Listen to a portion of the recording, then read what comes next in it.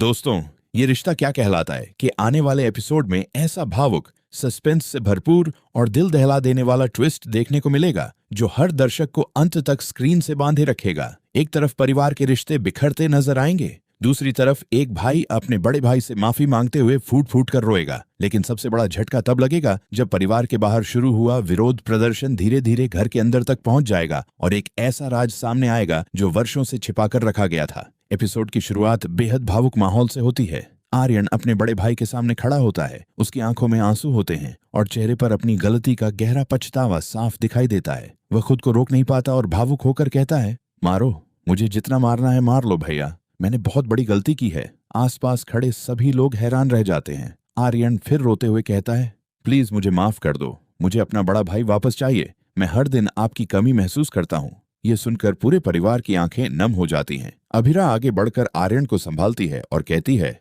अब और मत रो, हर गलती की एक माफी होती है, लेकिन पहले खुद को संभालो। तभी भाभी भी वहां पहुंचती हैं। वह शांत आवाज में कहती हैं, मैं अपनी गलती की सफाई देकर किसी को और दुख नहीं देना चाहती। मैं वादा करती हूँ कि अब वही गलती दोबारा कभी नहीं दोहराऊंगी। घर का माहौल थोड़ा शांत होने लगता है।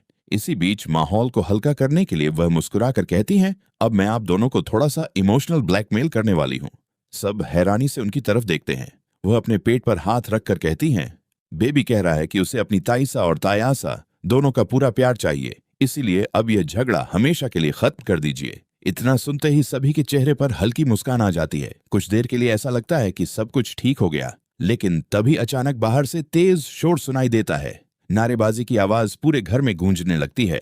माँ घबराकर बच्चों से कहती हैं, तुम दोनों तुरंत कमरे के अंदर जाओ और दरवाजा बंद कर लो। दोनों बच्चे डर जाते हैं, वे कमरे में चले जाते हैं। कुछ देर बाद उनमें से एक कहता है, अब तो पुलिस भी आ गई है, क्या हम नीचे चलकर सबकी मदद करें? दूसरा जवाब देता है, नहीं, अगर हम नीचे गए तो घर वाले हमें बचाने में लग जाएंगे, इससे उनकी परेशानी और बढ़ जाएगी। दोनों कमरे में ही रुकने का फैसला करते हैं। उधर नीचे हालात लगातार बिगड़ते जा रहे होते हैं। घर के बाहर बड़ी संख्या में लोग इकट्ठा हो चुके होते हैं। मीडिया की कई गाड़ियां भी पहुंच जाती हैं। पुलिस भीड़ को नियंत्रित करने की कोशिश करती है। अभिरा खिड़की से बाहर देखती है और समझ नहीं पाती कि अचानक इतना बड़ा हंगामा क्यों हो गया। तभी एक पुलिस अधिकारी अंदर आता है। वह कहता है, हमें एक गुमनाम शिकायत मिली है कि इस परिवार से जुड़ा एक बहुत बड़ा सच छिपाया गया है। पूरा परिवार चौंक जाता है। सभी एक दूसरे की तरफ देखने लगते हैं। इसी दौरान एक अनजान व्यक्ति घर के गेट पर एक लिफाफा छोड़कर चला जाता है। लिफाफा खोलने पर उसके अंदर एक पेन ड्राइव मिलती है। जब वह वीडियो चलाया जाता है तो सभी के होश उड़ जाते हैं। वीडियो में कई साल पुरानी रिकॉर्डिंग दिखाई देती है।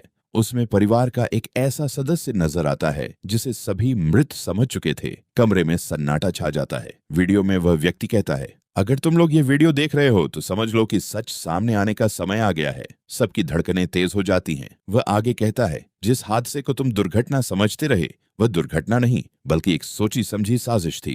ये सुनते ही सभी के पैरों तले जमीन खिसक जाती है। आर्यन हैरानी से अपने बड़े भाई की तरफ देखता है। उसे विश्वास ही नहीं होता कि इतने वर्षों तक उससे इतना बड़ा सच छिपाया गया। लेकिन सबसे बड़ा ट्विस्ट अभी बाकी होता है। वीडियो के आखिरी हिस्से में एक नकाबपोश व्यक्ति दिखाई देता है। वह कैमरे की तरफ देखकर मुस्कुराता है और कहता है, तुम लोग अभी भी अतीत में उलझे हुए हो, जबकि असली खेल तो अब शुरू होने वाला है। इतना कहकर वह एक पुरानी तस्वीर कैमरे के सामने दिखाता है। उस तस्वीर में पूरा परिवार मौजूद होता है, लेकिन तस्वीर के एक कोने में खड़ा एक बच्चा देखकर सभी चौंक जाते हैं। वह बच्चा हूबहू आर्यन जैसा दिखाई देता है। आर्यन हैरान होकर कहता है, लेकिन ये कैसे हो सकता है? उस समय तो मेरा जन्म भी नहीं हुआ था। कमरे में मौजूद हर व्यक्ति सन्न रह जाता है। तभी दादी कांपती हुई आवाज में कहती हैं, अब वह सच छिप नहीं सकता। सब एक साथ पूछते हैं, कौन सा सच? दादी रोते हुए कहती हैं, आर्यन इस परिवार का जन्म से बेटा नहीं है। उसे सालों पहले इस घर में लाया गया था ताकि एक बहुत बड़ा राज हमेशा के लिए छिपा रहे। ये सुनते ही पूरा परिवार स्तब्ध रह जाता है।